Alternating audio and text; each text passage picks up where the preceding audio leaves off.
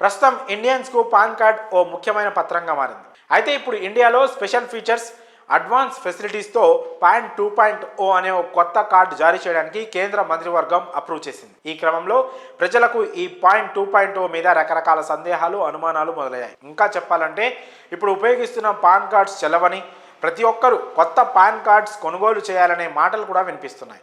ఈ క్రమంలో ఈ ప్రశ్నలన్నిటికీ కేంద్ర మంత్రి అశ్విని వైష్ణవ్ క్లారిటీ ఇచ్చారు.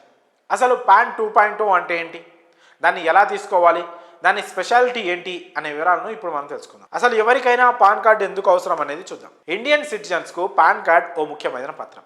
దానికి కారణం ఇండియన్ సిటిజన్స్ అంతా ఇన్కమ్ ట్యాక్స్ పరిధిలోకి రావడమే. ఇన్కమ్ ట్యాక్స్కు పాన్ కార్డ్కు సంబంధం ఏంటంటే, పాన్ కార్డ్ ద్వారా ఓ వ్యక్తి ఎలాంటి నగదు లావాదేవీలు చేసినా అది పాన్ నెంబర్లో నమోదవుతుంది. ఈ పాన్ రిజిస్ట్రేషన్ ఎలాంటి అక్రమ నగదు లావాదేవీలు జరగకుండా నిరోధిస్తోంది. ఓ వ్యక్తి లిమిట్కు మించి ఎక్కువ లావాదేవీలు చేసినా కూడా, అతనికి ఎక్కువ ఆదాయం వచ్చినా పాన్ కార్డ్ ద్వారా ఇన్కమ్ ట్యాక్స్ డిపార్ట్మెంట్కు తెలిసిపోతుంది.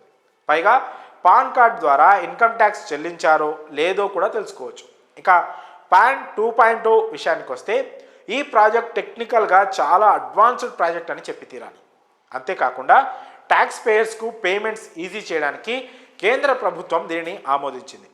దీనికోసం కేంద్రం 14,035 కోట్లు ఖర్చు చేసింది. పైగా ఈ పథకం ద్వారా ప్రజలకు అనేక ప్రయోజనాలు కలుగుతాయట. అయితే పాన్ 2.0 వస్తే పాత పాన్ కార్డు చెల్లదా అంటే ఆ అనుమానం అస్సలు అవసరం లేదని చెప్పింది ప్రభుత్వం.